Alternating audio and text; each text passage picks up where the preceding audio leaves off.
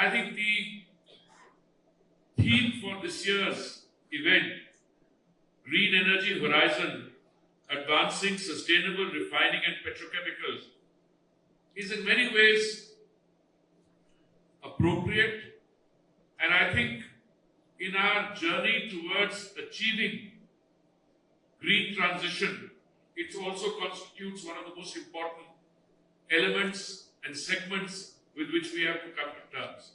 Why do I say this? For someone who's relatively new to this sector, I find that my own personal view all along, all these 3 years that I've been here, is that the green energy transition will succeed when our refineries take to green hydrogen, for instance, as an example. And petrochemicals in there is, along with the refineries, both a part of the old story, but it also constitutes a success for the journey which we are embarking. I was told that you have 1,200 participants, some 12 technical sessions, 3 plenary sessions, 69 oral presentations, 60 poster presentations, and 23 exhibition booths.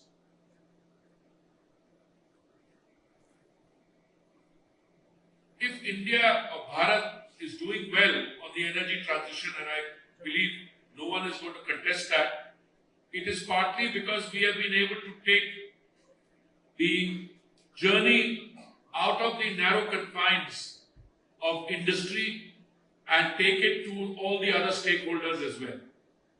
And I think today you are celebrating the innovation part of it. And I think intellectual property is absolutely crucial to the entire exercise. I was very happy to find that since January 2023, the oil marketing companies have been granted, I'm told, 404 patents, and have filed 382 additional patents. I am not aware of the figures in the private sector, but we have private sector leaders present here.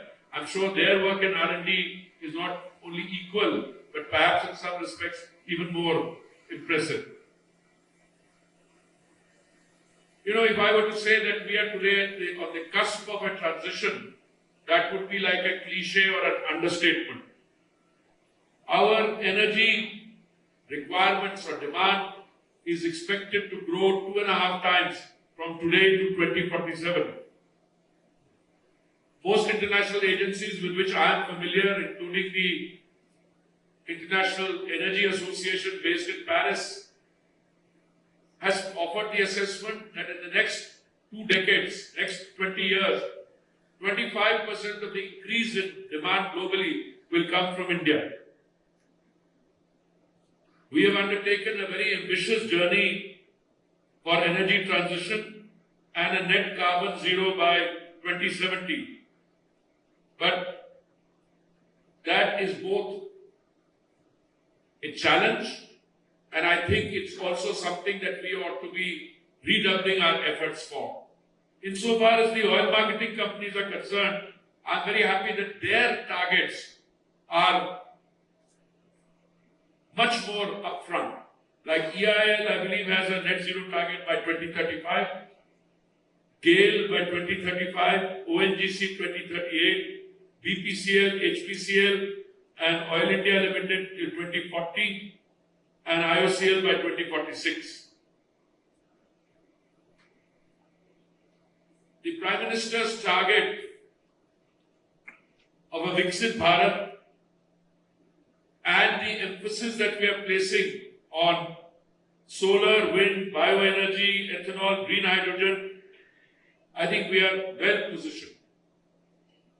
If we were to have this discussion not today in the 27th session of the ETM, but if we were to be having it, let's say 5 years ago, I'm not sure that I would be able to say with the same degree of confidence as to what we are doing and what we can achieve. Our biofuel blending has literally shot up from something like 1.4, 1.5% in 2014. We set ourselves a target of 10% blending by November 2022. we were able to achieve it 5 months in advance. We set ourselves a target of 20% blending for 2030. Today, with great confidence, I can sit with you and discuss with you that the achievement of that target 5 years in advance, that is by the end of the ethanol blending year, October 2025, is actually within reach. I think last month or the month prior to that, I think we achieved something like 16.9% blending. And today, I don't face the same issues I was facing 3 years ago. Then you were having problems in one feed or another. Today the problems are of a different kind. Every feed provider wants actually to provide the feed with, which is to be understood. I'm not saying that what they're doing is right, but they want a better return for it. But the good news and the really wonderful news is that as a result of this biofuel blending, I think cumulatively we have saved something like 91,000 crores on the import bill already. And that saving of 91,000 crores has gone to our most important sector of the economy in this area, is to our annadatas. We've been able to pay that to our agriculture sector. Today, with great confidence, we can all sit down and say that with the help of technology, with the help of innovation and thought leaders, the R&D departments of all those present here, we are talking about conquering new frontiers. Today I was very happy in the morning.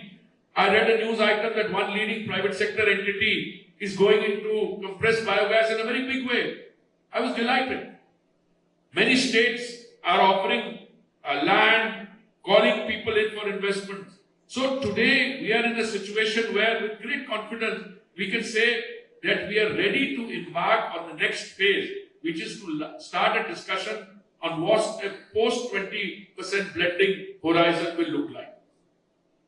Not many countries in the world can do that. Brazil, I think, has gone from something like 27% to 35% blending. The United States is another country very big on blending.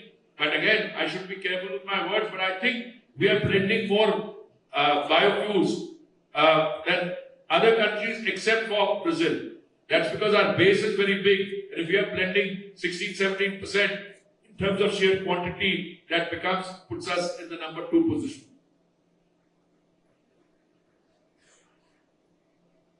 I was very happy also to find that as per a report by the Solomon report, since 2010, Indian refineries have reduced the energy intensity index, or EII, by 3 times that of the global average.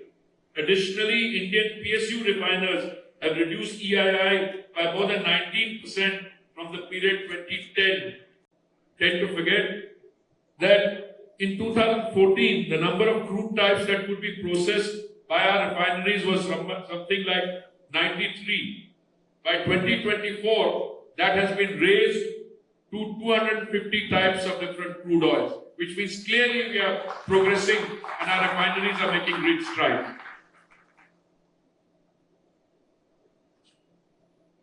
Not too long back, it was actually in the year 2001, we were deficit in the refining sector. And most of you know that is one of our greatest success stories. I think the latest figure we have, I think I will refer to my notes, is 256.8 million metric tons per annum refining capacity exists. And we have plans well underway as we speak to increase that to about 310 million metric tons per annum. And we are today having a healthy discussion on whether we should take it up to 400 million metric tons per annum or 450 million metric tons per annum. And that will depend on what view we take, the importance of petrochemicals. I keep reiterating that we have a long journey there because our production and consumption of petrochemicals is, I think, about 1/3 of the global average and way below that of other comparable countries. So I think there's another very successful journey ahead of us there as well. For organizing this remarkable event and to all of you who are here in such large numbers for your commitment to a sustainable energy future. I want to congratulate the award winners and the paper presenters for their innovative work. With these words, I declare the 27th Energy Technology Meet open and wish this conference all the success. Thank you very much.